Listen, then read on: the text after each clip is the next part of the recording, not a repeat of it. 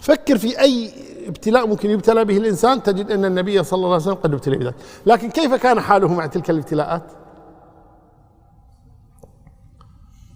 إن أصابته ضراء حمد الله، وإن أصابته سراء حمد الله، في السراء والضراء.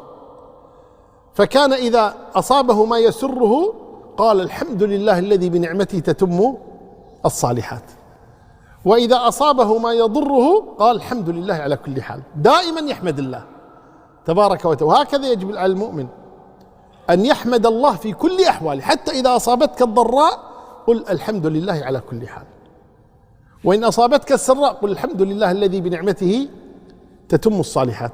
هكذا يكون اقتداؤنا بالنبي صلى الله عليه وسلم، وتكون استجابتنا لله تبارك وتعالى، الذين إذا أصابتهم مصيبة قالوا إنا لله وإنا إليه راجعون. نعم.